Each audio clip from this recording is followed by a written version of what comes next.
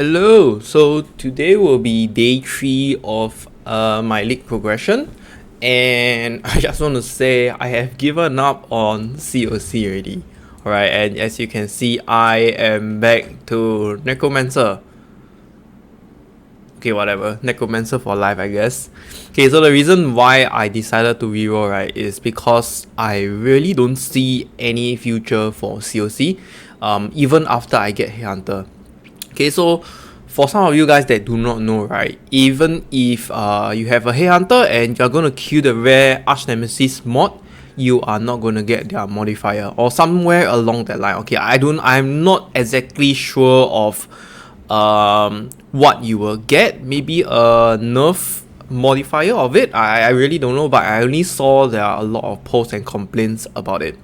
Right, so first of all, Headhunter is already a no-go for a lot of builds, and that is why if you can see, there are really not a lot of people that's trying to farm Headhunter. Okay, and secondly, even if I were to go into like end and late game contempts of juicing up the maps and farming them, I am not going to have a really good time. Alright, because I'm going to die so much to the juice rare Arch Nemesis mods that it is very suffocating. You're going to struggle a lot. I can already foresee that, and I don't want that kind of gameplay. I just want to enjoy the game, right? You don't want to like try to struggle, you know, so try hard, and you know, why make yourself so difficult? So that's why I decided I should just reroll right now before wasting any time. So yes, I am back to a necro, and I just actually completed Act 10 not long ago, did a bit of maths, and done my item for the low budget. Alright, holy shit, the Dead Reckoning is really very expensive now. It's about 1 exort, I think. Yeah, and the next most expensive stuff is probably the Fortress Covenant, which is kind of essential for the game. Yeah, it's kind of essential for the build.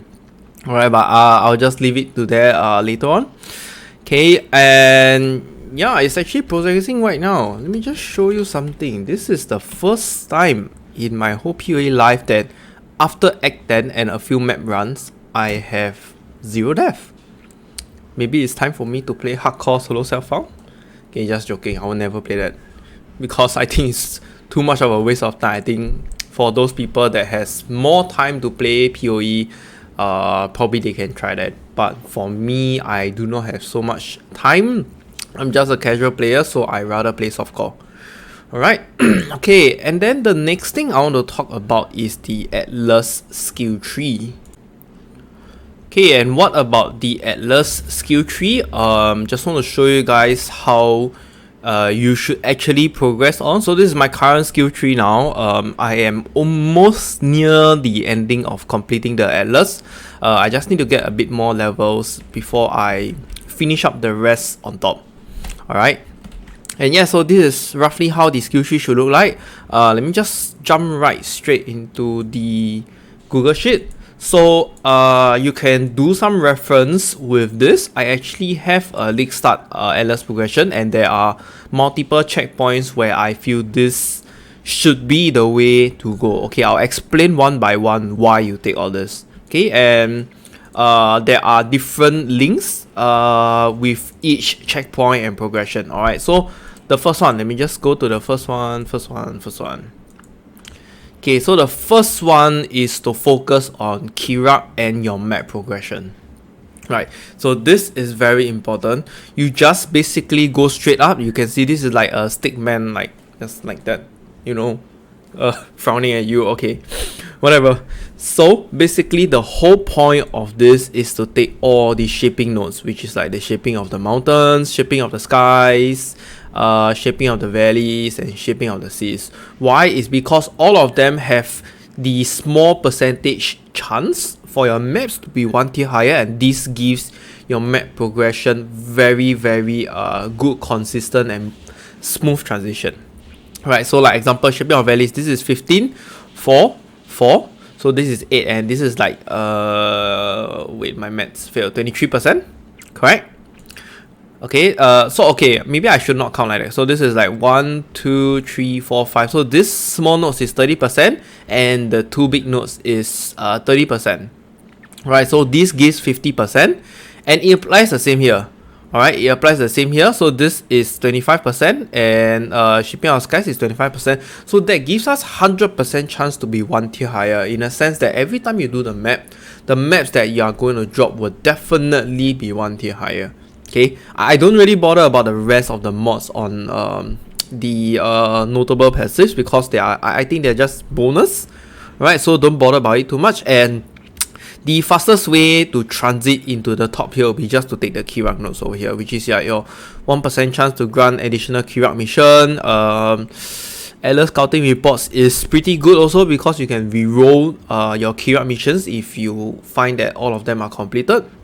And over here, and take this commission officer. Alright, the key thing is you just want a 3% chance to grant an additional Kirac mission on completion. Alright, so with this, you will have 3 plus a 5, 6, 7, a total of 7%. Okay, it is not very high, but maybe out of 12, 13 maps that you do, you're gonna get 1 Kirac mission. Alright, I mean on average, okay, on average. So that even though it is really low, but it is just good stuff. Alright, good stuff for you to progress. And I think this is your essential go-to when you are progressing the Atlas. It is very more, I would say it is mandatory. Alright, otherwise you're gonna have a really hard time progressing. And with this, last time, I'm not sure if you guys know, but last time when we progress our map atlas, we are always running out of maps to progress, and then we have to buy from the trade market, right? With this atlas passive skill tree, I have never bought a single map after that. This is so good, okay? It saves a lot of time. It gives a lot of time efficiency and effectiveness. Okay, so this is stage 1. And then next, you are going to take Harbinger. Okay, so after taking Harbinger, this is how your skill tree should look like. Basically, you just take the ones on the right, your ominous arrival, and take unspeakable offense. Okay, take the full circle. Okay, why? Because Harbingers, with these small nodes, Harbingers have 20% chance to drop additional cell currency. Otherwise, you only have 40%. So if this is 60%.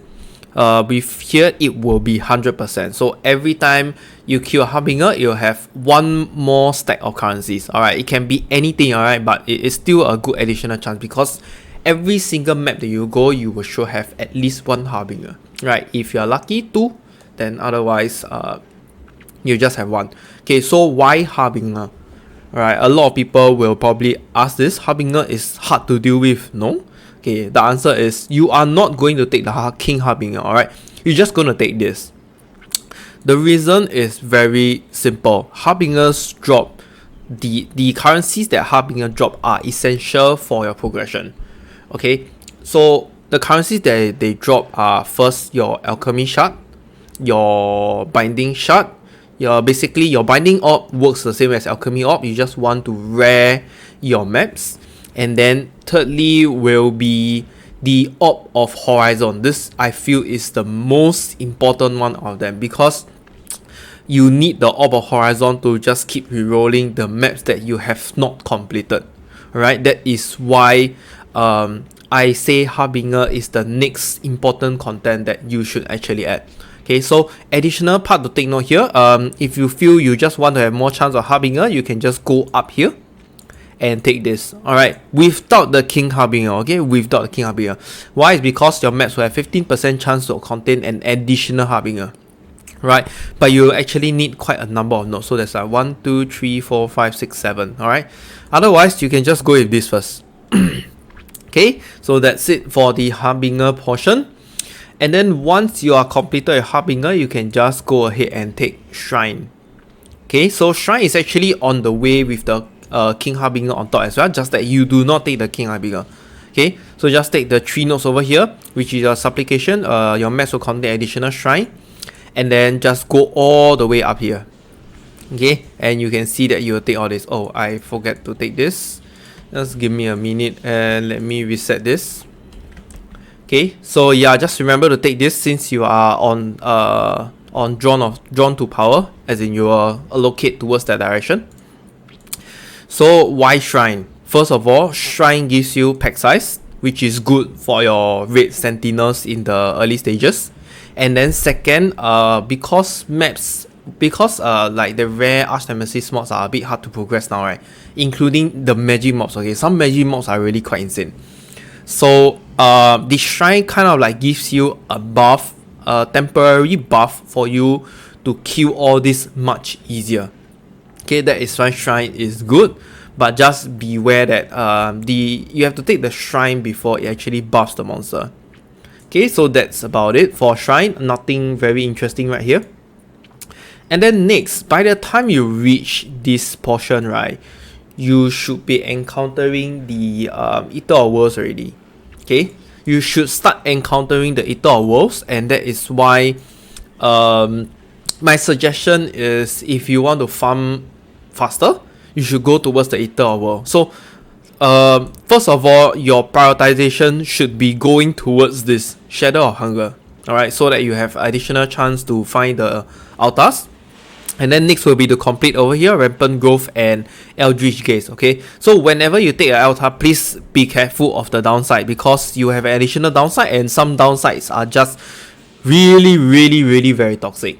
Just do not blindly take like, oh, I see Scarlet 3%, I should just take straight. No. Please just read the description before you take. Okay, some of them are really quite a killer downside. Okay, and then once you are done on the right side, you can actually take towards the left, where you have more pack size. Okay, more pack size, and then you take Wrath of Cosmos. This is the very disgusting one in my own opinion. Okay, because you have 25% chance to be duplicated for each Eldritch altars used in the area. Okay, they did not say that this is increased chance, so I assume this is base chance. So which means, right, if you are taking 4 altars in the map, you are basically gonna have 100% chance for your Eldritch currencies to be duplicated, and your lesser and greater Eldritch currencies will drop as grand Eldritch currency. Okay, that is really insane. So can you imagine, like, now you, let's say if you drop one grand lesser or greater Eldritch currency, you are going to drop one grand Eldritch currency, which costs about 5C or more, and they are going to be duplicated. Okay, so that means every mob that drop this, you're going to get 10C. Okay, and 10 mobs will mean 1 exalt.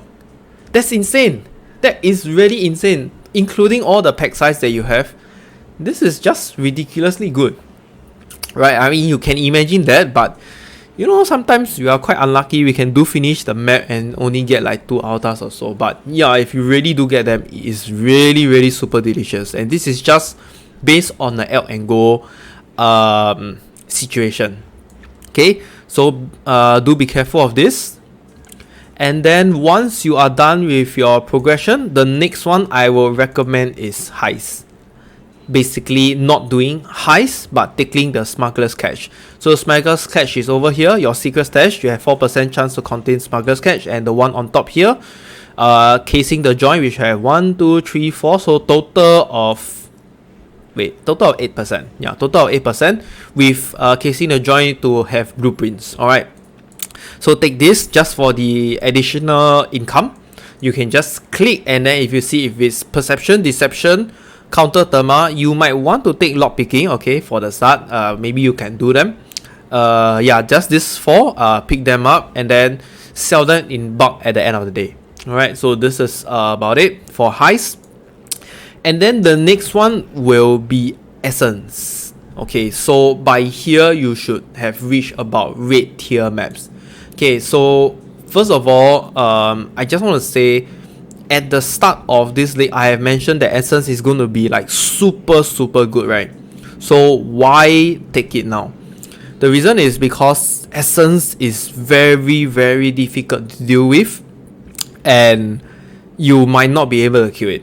Okay, it is really that hard because of the implication to Arch Nemesis modifiers on your rare mobs. Your Essence monsters, right, are going to have their Essence mods. On top of that, they are going to have the rare Arch Nemesis mods, which actually makes them really super powerful. Okay, I have been in situations where I just struggled to complete the map because I triggered an essence. Right, I cannot even go past them because they are okay. The mod, if I remember correctly, the mod has like Hasted, Dead Eye, and Mana Siphon. Okay, so with these 3 mods and the essence monster have 5 essence on it. Okay, that's insane. That's totally insane. I cannot even run away from him. And the worst part is I had cast on Death Portal. So the moment I go in, he's right in front of me, and if I were to use the movement skill, he'll just catch up to me straight away because he has Hasted and Mana Siphon. And I cannot even use the second movement skill or Quicksilver Flask because I cannot outrun him. So this is just one of the situations, and it is really bad, alright? So if you feel you cannot handle essence, please just do take something else, alright? Do take something else. I can recommend Strongbox as well. It is really quite good, okay? Okay, so the next one will be your content exclusion. Wait, I think I'm missing out something. Sorry, hold on, yeah. Let me just add in one. So this is actually Strongbox. I will edit them later. Yeah, it is supposed to be Strongbox, alright. So I actually wanted to omit the idea of the content exclusion. What is the content exclusion, you might ask? Is basically just taking these small notes over here. Okay, I don't think you can see them. Yeah, basically excluding all the other contents like your breaches and stuff. But I have actually done quite a bit, and I kind of feel it is not necessary. Yes, it is good, but it is not necessary. The reason why you want to exclude a content is because if you take Stream of Consciousness, you're not going to use any fragments or scarabs anywhere at the start, right? So you basically have 50% more base chance to have extra content, and you're going to exclude all the other contents that you're not juicing up. So for each content that you are not that you are restricting or excluding, you're gonna have 2%, and it will add up to a total of about, I guess, 66% or so. Yeah, about 66%. But I just feel it's not needed. Alright. So what I'm gonna do now is I am just going to show you that the next best content to probably take is Strongbox. Okay, so just take twice tented over here, and then go down to take Strongbox chance plus tempered proof and Strongbox chance plus secret operations. Right, this is probably the best for now already. Alright, why? Because the Strongbox gives you 6 links first of all, and then it is good for the Sentinel, right? The blue Sentinel. So you want to just click on the Strongbox and click on the blue Sentinel straight away. The blue Sentinel will buff the moment the Strongbox monsters are released. Okay, do take note of that. And if you just want some of the juicy currencies, you can take up towards here and go for backup catch. Alright, but at this point of time, I don't think you'll have so much skill points, so just ignore it. 114 is actually really a lot. Alright, so this is just the next content. I will just paste it right here, and the content exclusion, you can just exclude it. Okay, so the last part, right? The last part is going to be the Kirac Harbinger. This is really optional for a lot of you. If you feel you can handle, take it. Alright, take it. It's going to give you more shards and more currencies. Alright, and this 3 should be what is going to progress you from your white maps all the way until your red maps. Okay. Okay, and next what I want to talk about is what happens after you have completed your Atlas. Right, once you have completed your Atlas, it is time to respec into the full-fledged Atlas tree, which is your Elk and Go. Basically, you just alchemy the favorite maps that you want to run and just start doing them. Right, you can of course put scarabs, but at the point where you just finish your red tier maps, you're not going to have a lot of currency also, so I do not recommend you to just buy scarabs. Alright, just run the map, alchemy them and go. It is really that simple. Okay, and this is how the skill tree should look like. Okay, with your L and Go, you are going to need some orb of unmaking and respect skills, because you are not going to take the Kirac nodes anymore, and you no longer need the shaping of the valleys, basically the shaping nodes. Okay, so I understand that there are actually a lot of popular content creators and streamers that actually say that you should still continue to take this, but up till this moment, up till now, I have no idea why are they taking it. Like some of them mentioned that there is the important things is because you need to have the chance to be 1 tier higher, but you are not progressing your LS anymore. Why do you need to be 1 tier higher? Alright, I can understand you are taking for the secondary line of mods on the nodes, but if you say that you just need the chance to be 1 tier higher, I don't get it. Like, let's say if I'm running a tower map, I want to get tower map, right? Not the map that is 1 tier higher. So 1 tier higher does not imply that I'm going to drop a 1 tier higher tower map. So I'm not sure why. Okay, but nonetheless, this is how it should look like. Basically, you're going to focus on Essence, Strongbox, Heist, Shrine, Harbinger, Eater of World, and the additional one will be Elva. Okay, Elva, you're going to take the ones, where is it? Contested development, resource reallocation, and time dilation.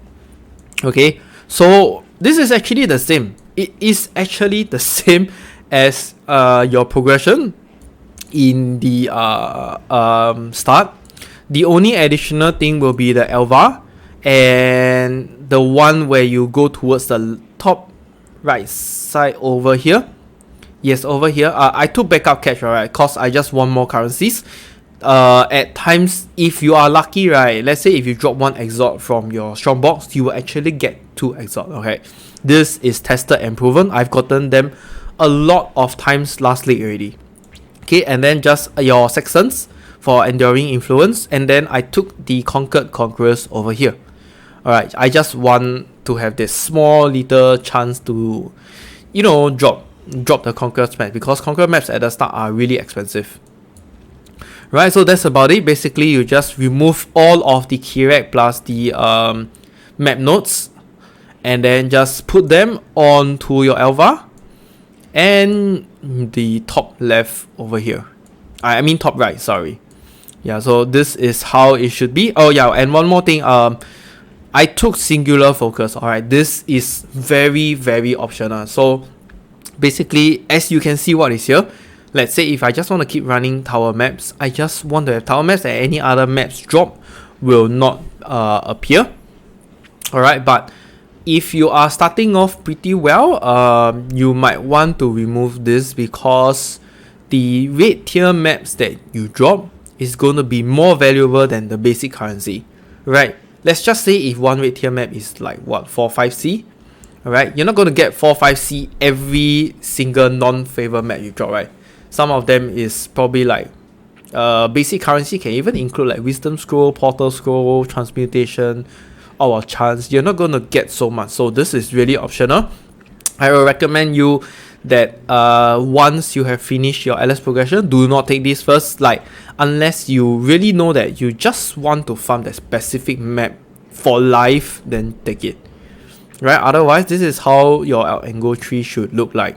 Okay, the next thing I want to talk about, a very quick one, is basically the current state of the meta. What are people playing? Okay, this is based off from POE Ninja. I know it might not be extremely accurate because people are rerolling stuff here and there. People are quitting because of the Arch Nemesis mods, blah blah blah. But this is just an estimate graph or reference to what people are playing.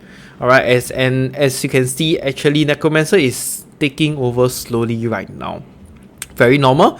On the first few days, it's always Saboteur. Alright, it has and will always be Saboteur because Trappers are just really insanely good on League Start.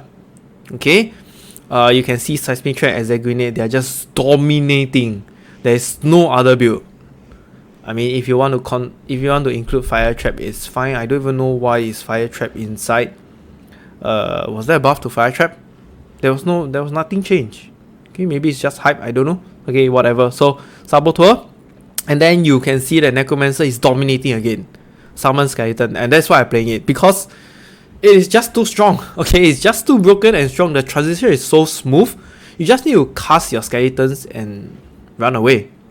Right? Just let your skeletons do the job. You are so safe from elsewhere far. Like, even if something shoot you from far away, you're not probably going to get one shot because it is so tanky. You have so much physical reduction mitigation, and you have like nearly max block if you build it correctly. Right? That is why it is so good. Like, there is really no other builds that can fight with this. And on top of that, because of how insane the Arch Nemesis mods are, summon skeletons is like the most comfortable and easiest way to play around them, because they are range, first of all. Okay, and next will be Inquisitor. So for some reason, Inquisitor Righteous Fire is coming back up again.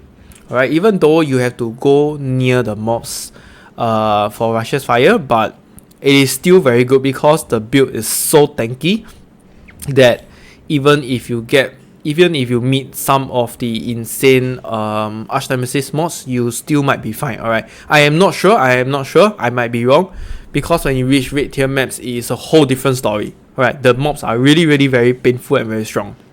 I remember I have a friend that actually reached the red tier already with RF Inquisitor, and he mentioned to me that there is one specific monster that will kill this build, which is the one that has no regeneration.